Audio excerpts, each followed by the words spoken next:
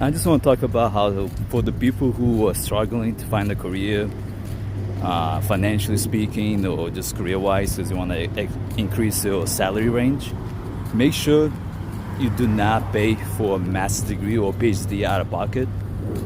And a mistake that many people do, and I've been noticing this a lot, especially in Reddit, not just in person, is that they can't find a job with a bachelor's degree in marketing or bachelor's degree in creative writing or criminal justice, so they go for a master's degree, but they have no relevant experience to obtain the master's degree or to obtain the job.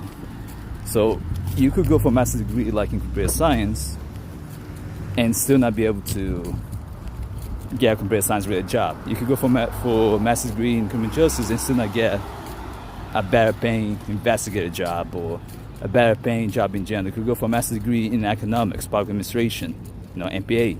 But if you don't have relevant work experience, if you don't have the skill set and knowledge to handle the difficulty of a master's degree or PhD, you're kind of wasting your time as well.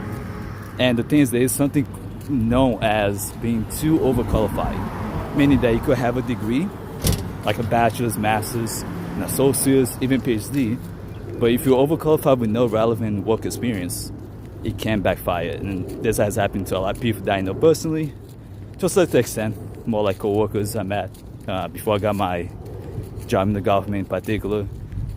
And because people don't know what to do, or they're trying to find a path, right? They don't know what they want to do as a career, so they go for more education with no relevant work experience, no relevant internships. Don't do that.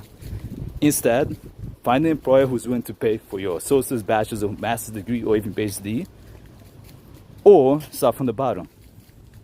Work your way up. I had to get a bachelor's degree before I got my first state government job. But I work for a state government department that pays for a bachelor's, master's degree. Obviously, I already had my bachelor's, but I used them to pay for most of my MPA degree. And before I even did my MPA degree, I already had 3 years of relevant state government experience as an investigator. So I made sure to work in the government I made sure I want to stay in the public sector before I tried to obtain a degree like an MPA. That'll be worthwhile.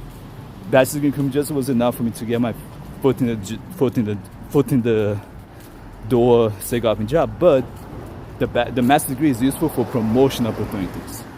So bachelor's is good to get training titles, you can say.